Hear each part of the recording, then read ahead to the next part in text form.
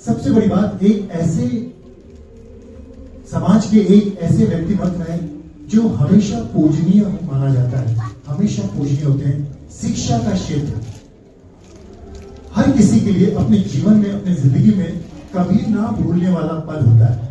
और एक ऐसा पल कि आप किसी भी क्लास में अपने टीचर को जब याद करते हैं, तो जब बड़े होकर आप स्कूल से निकल जाते हैं, कॉलेज से निकल जाते हैं, जिंदगी में कुछ अच्छे मुकाम पर पहुंच जाते हैं, लेकिन उन मुकाम पर भी आपको अपना शिक्षक याद रहता है।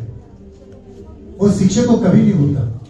खासदार महोत्सव में नितिन गडकरी जी ने खुद मंच पर खड़े होकर मधु पांडे सर, जो हमारे संस्था के कार्यकारी प्रधानमंत्री जी हैं, बहुत ही अंतरराष्ट्रीय स्तर के रंगकार हैं और कुशल शिल्पी है, उनके नाम से कारपोरेशन ने विशेष रूप से उनके नाम पर उनकी गली का ही नामकरण किया, मधु पांडे जी।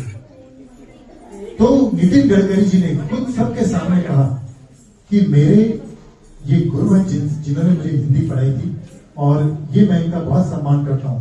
तो ये भी हमारे बीच एक सम्मान के पात्र हैं और ये संचालक हैं, एमडी है DPIS स्कूल के। इसके अलावा आप इंडियन पैरामेडिकल जो कॉलेज है उनके भी आप संचालक हैं। इसके अलावा आप राष्ट्र संत तुकडोजी महाराज यूनिवर्सिटी के अंतर्गत आने वाली कई स्कूलों का संचालन करते हैं। इसके अलावा डॉक्टर तो आप नहीं हैं, इसके अलावा आप दवाइयों की एक दुकान, जो कंपनी है, सॉरी दवाइयों की कंपनी है, उसको भी संचालित करते हैं।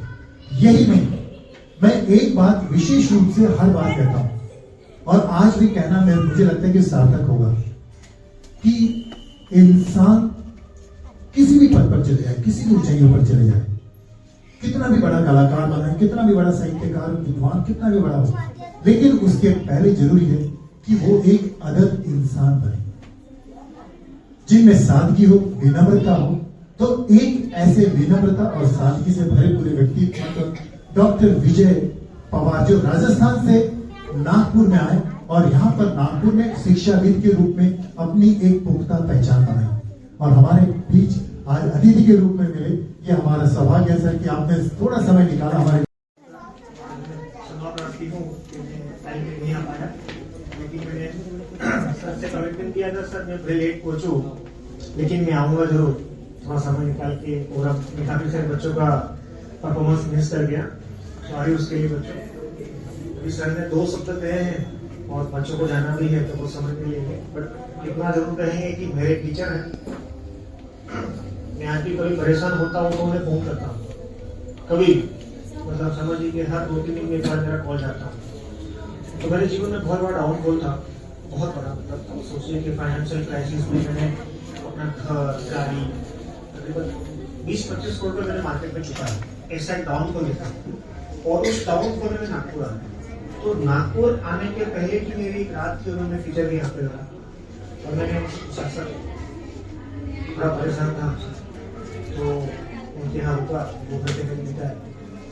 तो हमारे यहाँ पे पुराना झूला होता था यहाँ पे। आई थिंक नागपुर में वो पैटर्न नहीं है झूले की, पट्टी वाले झूले आते थे, है ना, अभी तो लोहे के झूले हो गए हैं।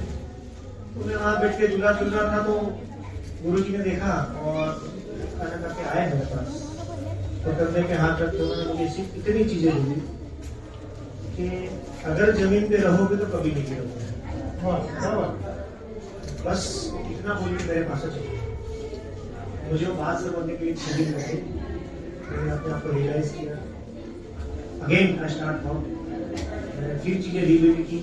मतलब हमारे जो टीचर होते हैं, और जरूरी नहीं है कि आप स्कूल में पढ़ रहे हो तो बस स्कूल में आपको उन्होंने ABCD सिखा दिया, या आपको 4 का या 5 का टेबल सिखा दिया, 6 का टेबल सिखा दिया, ग्रामर में एमिजार सिखा दिया या आर्टिकल सिखा दिए। गुरु की जो लिमिटेशन है या उनके ज्ञान की जो सीमा है, उसी वहां तक नहीं है। अगर आप गुरु को, टीचर को अगर समझो और उन्हें अपने जीवन के हर काम में उन्हें अगर आप कैरी करके चलो, तो मुझे नहीं लगता कि पूरा लाइफ में हम सक्सेस हो, क्योंकि आपकी सक्सेस की चाबी आप गुरु के पास है, क्योंकि वो आपको अच्छे से जानता है। मेरा जितने भी लोग यहाँ आए हैं, आपकी भी लाइफ में कोई ना कोई गुरु बने होंगे।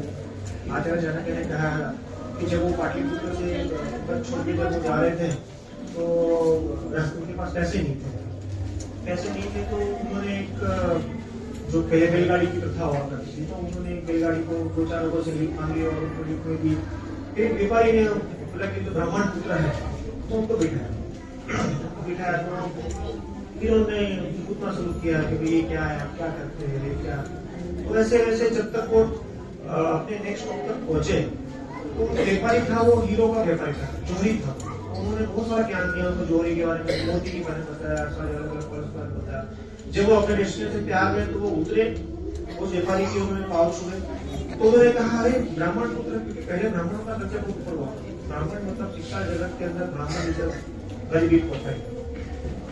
आचार्य की बहुत प्यारी एक सेंटेंस बोली कि आपके रिकॉर्ड पे है, ज्ञान देने वाला हर इंसान गुरु होता है। हमारे जीवन में ऐसे बहुत से लोग हमें मिलते हैं जो अच्छी चीज सिखाते हैं, तो हम वो सब हमारे टीचर ही हैं, क्योंकि हम हर रोज सुबह से लेकर शाम तक हम सीखते ही रहते हैं। लाइफ हमारी सीखने ही में निकल जाती है। तो बच्चों आप सीखते रहिए, जितने भी लोग यहाँ करेंट वगैरह के ये लाइफ में हर मोमेंट आएंगे आपकी लाइफ में, आपका डाउन आएंगे, कभी डाउनफॉल आता है तो एक बार आप आपके टीचर के पास जरूर जाइएगा, आप उसके बारे में जरूर सोचिएगा। मैं आपको इस बात का आश्वस्त करता हूँ कि आपका टीचर आपको उस प्रॉब्लम के लिए बिल्कुल आपको मास्टर की देगा, बिल्कुल मास्टर की देगा। आपको ये परेशान होने की जरूरत नहीं है। जिस दिन आपके टीचर के पास आप चले गए आपकी प्रॉब्लम लेके, ये मेरी गारंटी वारंटी है, आप सॉल्यूशन लेके वापस। डिप्रेशन की सबसे बेस्ट मेडिसिन अगर कोई है तो है आपका टीचर।